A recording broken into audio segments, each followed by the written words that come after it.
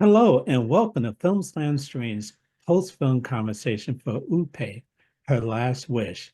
My name is Eric Siler, and I'm an instructor of film, media arts, and communications, as well as moderator for this conversation. We're very pleased to be joined by the director of Urpi, Her Last Wish, Sisa Quispe. Sisa is an award-winning director, writer, producer, speaker, and host in New York City. As an Indigenous woman, her work largely seeks to inspire the preservation of Native ways while sharing a decolonization message. Kisa wrote and produced and directed the film that you just saw. It's a film that explores the complexity of Indigenous identity. Hello, Sisa, and welcome. Hola, ¿cómo están? Urpilay Kaliai, Imaynalian Kakushankichis. Thank you so much for having me here. I am really excited to share a little bit more about Urpi, Her Last Wish. Well, thank you for that welcome and to that welcome to for students that are studying Spanish that may be watching this conversation as well. So I know you're originally from Peru and you're in New York now. Why did you want to go back to your country and tell us this story? Yeah, I think moving to the US really I really started to ask different questions about my identity and also the role that assimilation had in me, and also witnessing the effect in other community members, right? So I started to wonder, wow, who am I? Like, am I now a Sisa Peruvian, Peruvian American?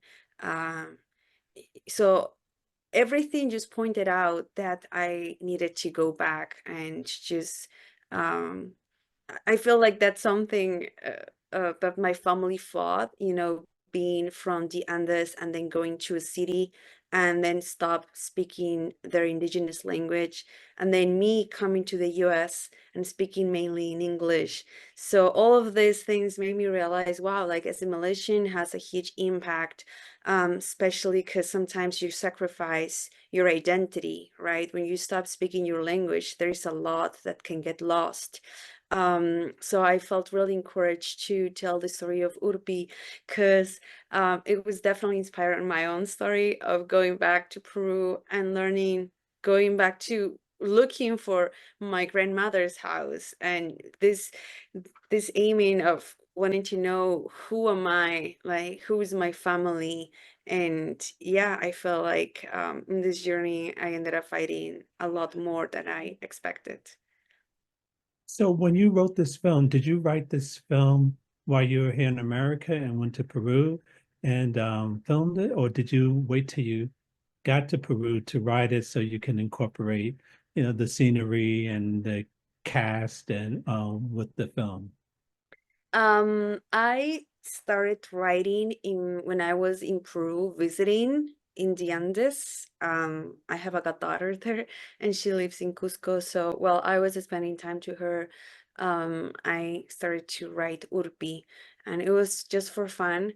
But then when I came back, I felt like really homesick, and it just kept going. And yeah, so I wrote Urpi in Peru and also in the US. Okay, so that helped. And I understand that was you were writing this, you were grieving the passing of your grandmother. Was this to help with the grieving process or a way to honor her or a little bit of both? It was a little bit of both. Actually, I was writing Urpi, and it wasn't until my last draft that my grandmother passed away. So I remember it was so hard for me because I was in the US and it was so sudden. Um, and I was just in the streets of Manhattan, just crying in the benches. because I really missed her, and immediately because I was writing Urpi, I was like, before I'm gonna go and shot this film, I want to go and look for her own. So it kind of like my film also inspired me to look for where my grandmother was, specifically what community she lived, like looking for her house. So it was definitely a way of grieving and a way of honoring her. um I think that it really impacted my film, like when I wrote it, because I remember she will sing this song, and I never knew that this particular song was from a very specific place in the Andes. So that kind of also helped me, right? To so that's how I added the song in the in Urpi. She's singing a little song at the beginning because it's a song that her grandmother used to sing, right? And then at the end, she realizes, wow, this community singing the same song. So yeah, that definitely helped me to grieve and to honor my grandmother. Hmm.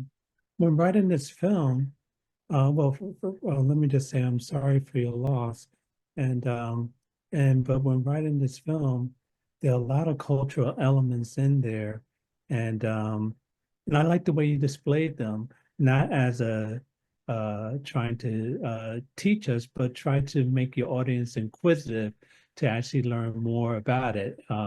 You just like everything from the coca leaves in the song that you said in the beginning. Um, how much of that was intentional just to bring about your culture, or was it intentional? You just wrote it blindly and say the audience has to catch on. It was intentional, yes, because the coca leaves is very sacred in the Andes. We see her as a mother. We call her Mama Coca, and unfortunately, because of the way it's exploded and being um, a resource to make cocaine, many people do not realize of how sacred it is for us. So that's why at the beginning she is hesitant of trying the coca leaves. She's like, oh no, I already had like a little pill, right? But then little by little she starts seeing how coca it's so important in the culture. She sees Sairi saying hello to the apples with the coca, right? And then sharing the coca leaves with this elder woman who is so grateful to receive the coca leaves. So she, little by little, she starts to realize, wow, it's really sacred, right? That's why she accepts it, and she doesn't know what to expect. She's like, oh my God, am I shocking? Like, what is gonna happen, right? So yeah, for me it was important to take us on a little journey of what it was coca as well. Um, and also the songs, also being in the city, that everything goes faster, right? But in the Andes everything is slower. Like there's no streets in the Andes. It's not like you can just go, oh, I'm looking for this address. There's no streets. Like that's not how it works, right? So it's like little by little realizing that everything doesn't have to be like, you know, como like cuadriculado. I don't know how to say that in English, but like it has to be like square. Like it has different meanings, and that's how indigenous cultures are. There is not right or wrong. Like it can be many things. One word can mean so many things. So, yeah, I wanted to explain that through in this journey. Like she was looking for something specific, and she ended up finding something more that goes beyond her understanding. I see. Now the man in the film explain his purpose. I mean, he's definitely not a love interest, but he has he's hopeful. Explain Yeah. how you wanted to his role to come about in this film, the purpose behind him. Yeah, definitely I wanted him to represent like a guy from the Andes, like somebody who is happy to share his culture, to show you around, but at the same time, like uh um he's kind of funny because of course he's very like, yes, I'm gonna show you, but also like, you're crazy, like you're not from here. Like sometimes when she's like, oh yeah, can we just check the apus? And apus are huge sacred mountains in Peru. We're talking about like uh, 12,000 feet above sea level. You can just not check one apple, right? And she's like, and we check the apple. He's like, what are you talking? This girl, like, she's not from here, right? That's why he's like, where are you really from? Right? Definitely is like, kind of like he helps her in her connection, in her journey, you know? And I also wanted to showcase how welcoming are the people in the Andes, and they're also charismatic. Sometimes you get confused with like, oh, maybe he's in love with me, but no, he is just being a nice guy, a friendly, welcoming. And yeah, so I basically told him just play yourself as who you are and help him with the directions. But yeah, it was just him. Okay, and did you know him ahead of time, or is he Yeah. okay? Yeah, yeah. We definitely knew each other, and some people, I was the in my first cut, many people thought it was like, oh wow, it's so, I hope in the second part of Urpi they get married. And it's like, no, no, no, no, no, no, no, this is about identity. So I had to cut down some parts so people cannot be, that this cannot be misleading, right? And I was like, no, the most important is her reconnecting journey. But yeah, definitely there's another layer of like, wow, they really are connected. Hmm. Yeah, well, culture has a way of doing that. Yeah. Well, tell me, a couple of things happened during the film. Tell me if it really happened or you just wrote that in the film. One thing is when the motorcycle wasn't working and when when your character hurt her ankle. Is that something that really happened or you just put that in there just to help move the story along? I hope, yeah, it was something I wrote to help the story along. But Mm, I feel like for me it kind of was her grandmother telling her like, this is not something you can just go, it's you can go to the Andes and you have to look for it. You have to understand there's going to be a journey. It's not going to be easy, right? So different things can happen. I think how life works, sometimes it hits you, you don't know why it happens.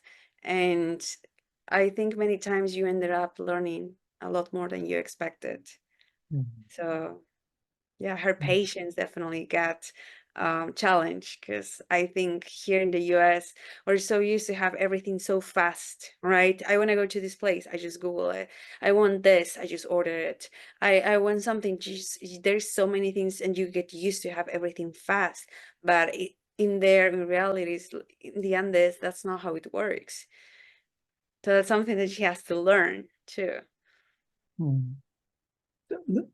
Tell me about the group at the end, around the fire and when they're, beating the drums and so forth. Tell us a little bit about that. Is that a ceremony and will those I take it those are, indigenous people performing? Tell us a little bit about that. Yeah, so in indigenous communities, in Quechua communities, there is like different celebrations across the Indian year.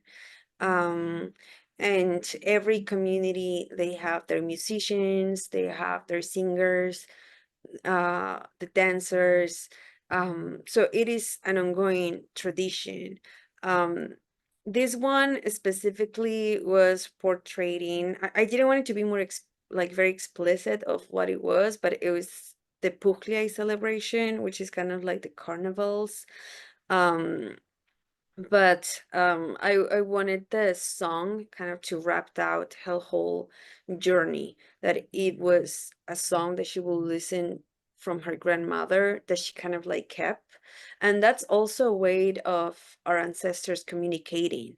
um I think it's really sad how they view indigenous cultures because they say, oh, they don't have a written language. And if they will have had a written language, then probably many of their knowledge will have been kept by now. But we have a different way to kept our languages, or like our knowledge. And one of the ways was through our songs, and also through our different mantas, or like constructions, right? So for me, like, the song was a way of her grandmother to communicate to her, and also recognizing, wow, this is where it is. And like, she had a deeper connection. She thinks that, oh, she's gonna find a place with an address that she didn't have. That then she realizes, wow, it's also, the songs, right? That's a way that I can find that it goes beyond the understanding of what we're taught now, that we want to look for a place, it's an address and that's it. But that's something that I wanted to come across too, that in indigenous community, like in indigenous culture, is not necessarily the way the mind is wired, or like we communicate or preserve knowledge, or it's different, and it goes beyond our understanding. So it's something that also Urpi is deconstructing and realizing, wow, this is something that I didn't even imagine, didn't even consider. Exactly. And also in this film, you brought that to life too, because other people can see it and you have a, record of it as well. To um to tell me, how difficult was it to star in the film and direct the film as well too? Did it come out the way you were pleased? Because it's hard to see how things are. Tell us a little bit about that. It was really hard. It was really, really hard. I know better now. I know what I will do. Definitely get a producer. Get a producer. But even in the editing room, like, first it was hard to act and then direct myself, then direct others, and at the same time produce, make sure all the production is going right. Even though this was a small crew, a small production, it was really stressful. I was wearing so many hats. Also the writing, right? But then one of the most difficult parts was in post-production, where I just saw myself acting and I was like, oh my God, like, that was no, like, this is not, like, this girl, who hired her? Like, I will never work with this. So, or sometimes I thought things that wouldn't work, it worked. So sometimes you're biased because you're seeing yourself, you're judging yourself as an actress, or so sometimes I needed to take breaks and then look back with other eyes, with just my directing eyes, as opposed to my actors as an actress, right? So it was very challenging, and I just learned that I needed to, okay, I'm wearing my director hat right now. Okay, so just focusing in directing. I'm wearing my actor hat right now. Okay, so how can it be so yeah, it was very challenging. Um, I don't think I will do it again for a small production. Yeah. Yes. It turned out well. I can only imagine Thank how you. challenging it was, but it's like one of those things that no one would ever know. Yeah. Once they watch the film, they would never know how challenging, so how well it turned out. And how long did you spend filming? It was 4 days and a half. 4 days, 4 long days and a half. Yeah, 4 days and a half. It was Exactly. exhausting. So well, what's next for you? Tell us, is there something you're working on now? Yeah, I just finished my second short film, and the name of the film is Cozy Smiles, and it's about a girl who cannot sing since her mother passed away. So it's about how she visits her community with her dad, and she just finds a path of healing and finds her voice back among her sisterhood, among community, and the connection that she has with the land. So it's about grieving as well, but at the same time, just always remembering who you are. Then I'm also working on a feature doc that is called Yakumama, which in English will translate to Mother Water. So it's about decolonizing with perceived water, and seeing her as a mother, and we follow the path of water from a sacred mountain in the Peruvian Andes and going across different communities where they have very beautiful traditions and celebrations that surrounds about water, centers water. Um, yes, and I'm also having some working on drafts of the feature film of Urpi. Great. That sounds exciting. I just love the way that how you want to express like honor ancestors and talk about culture. It's just really good to you can bring us a film like this and other work too. So I appreciate it and I wish you all the best. Thank you so much for joining us. Sisa Quispe, director of Upe of Her Last Wish. Thank you so much for having me, Urpilei Sonkolai, and to everybody, thank you so much for watching. If you get on the JetBlue Airlines, you can watch the film, and we are gonna be also available on Focus Features on the YouTube channel. So Oh, that's great to know. Great to know. So all you JetBlue travelers out there, make sure you have something to entertain you. As you say goodbye, can you say goodbye to our students that are studying Spanish? sí, bueno, espero que disfruten mucho, que espero inspirar, que puedan reflexionar sobre el viaje de Urpi. Muchas gracias por ver el film, a Urpi Leison Collay, y que bueno, sigan apoyando el cine en español, ¿no? Muchas gracias. Muchas gracias. And thank you to our audience for joining us for this important and invigorating conversation. For more information about our upcoming events, please visit us at clevelandfilm.org. I'm Eric Siler. Thank you.